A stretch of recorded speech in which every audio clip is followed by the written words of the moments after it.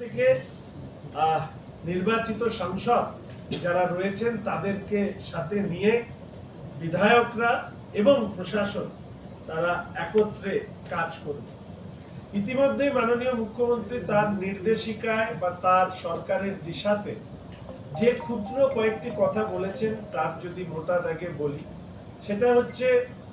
Revenue collection সেটাকে বৃদ্ধি করা, আমাদের যে নন প্রোডাক্টিভ এক্সপেন্ডিচার সেটাকে কমানো এবং তার পাশাপাশি যে ইনস্টিটিউশনাল করাপশন গত 15 বছর ধরে এই রাজ্যের প্রতিটি তন্ত্রে পৌঁছে গিয়েছিল সেটাকে দূর করবার জন্য ইতিমধ্যেই যে দুটো কমিশন করেছেন, একটি নারী সুরক্ষার প্রশ্নে আর আরেকটি এই ইনস্টিটিউশনাল করাপশনের বন্ধ করবার বিষয়ে, সেই বিষয়েও তিনি নির্দেশিকা জারি করেছেন। আমাদের মাননীয় সাংসদ প্রায় প্রতিটি বিষয় আপনাদের সামনে তুলে ধরেছেন। যেহেতু প্রি মনসুন সেশনে নতুন সরকার আসবার কারণে দ্রুত এই প্রি মনসুন সেশনের কাজ সম্পন্ন করা, এক্ষেত্রে জেলা প্রশাসন, ইরিগেশন সহ পৌরসভা পঞ্চায়েতগুলোকে নিয়ে এই কাজ করবার তিনি নির্দেশিকা দিয়েছেন। এর সাথে সাথে তিনি ভয়মুক্ত পরিবেশে জেলা প্রশাসন, পুলিশ প্রশাসন অর্থাৎ সাধারণ এবং পুলিশ প্রশাসন কাজ করবার থেকে নির্বাচিত সাংসদ যারা রয়েছেন তাদেরকে সাথে নিয়ে বিধায়করা এবং প্রশাসন তারা একত্রে কাজ করবে। ইতিমধ্যে মাননীয় মুখ্যমন্ত্রী তার নির্দেশিকায় বা তার সরকারের দিশাতে যে ক্ষুদ্র কয়েকটি কথা বলেছেন তার যদি মোটা দাগে বলি,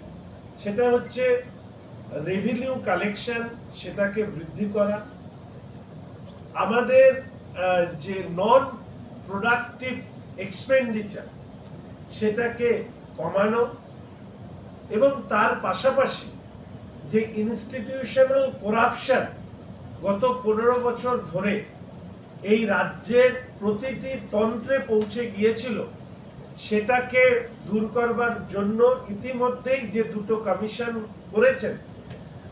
একটি নারী সুরক্ষার প্রশ্নে আর আরেকটি এই ইনস্টিটিউশনাল করাপশনের বন্ধ করবার বিষয়ে, সেই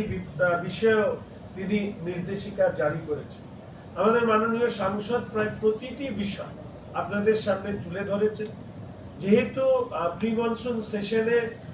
নতুন সরকার আসবার কারণে দ্রুত এই প্রি মনসুন সেশনের কাজ সম্পন্ন করা, এক্ষেত্রে জেলা প্রশাসন, ইরিগেশন সহ পৌরসভা পঞ্চায়েতগুলোকে নিয়ে এই কাজ করবার তিনি নির্দেশিকা দিয়েছেন। এর সাথে সাথে তিনি ভয়মুক্ত পরিবেশে জেলা প্রশাসন, পুলিশ প্রশাসন অর্থাৎ সাধারণ এবং পুলিশ প্রশাসন কাজ করবার মাননীয় সাংসদ ইতিমধ্যেই এই বিষয়গুলো বলেছেন। উত্তরবঙ্গের প্রকৃতি, পরিবেশ, মাইনিং তদন্ত কমিটি হচ্ছে বা কিছু সমস্তই পারভিউর মধ্যে আছে এবং ইলিগাল মাইনিং এর জায়গায় লিগাল মাইনিং করবার ব্যাপার, অর্থাৎ আইনগতভাবে তিনি একটি বীরভূমের একটি উদাহরণ তিনি দিয়েছেন, যেখানে রাজ্যের সরকার যদি প্রতিদিন 1 টাকা আদায় করত এই মাইনিং বা ইত্যাদি থেকে, সেখানে এই 11 দিনের মধ্যে এই রাজ্যের সরকারের সফলতা হচ্ছে যে এখন ওই 1 টাকার বদলে 12 টাকা প্রতিদিন রেভিনিউ কালেকশন হচ্ছে।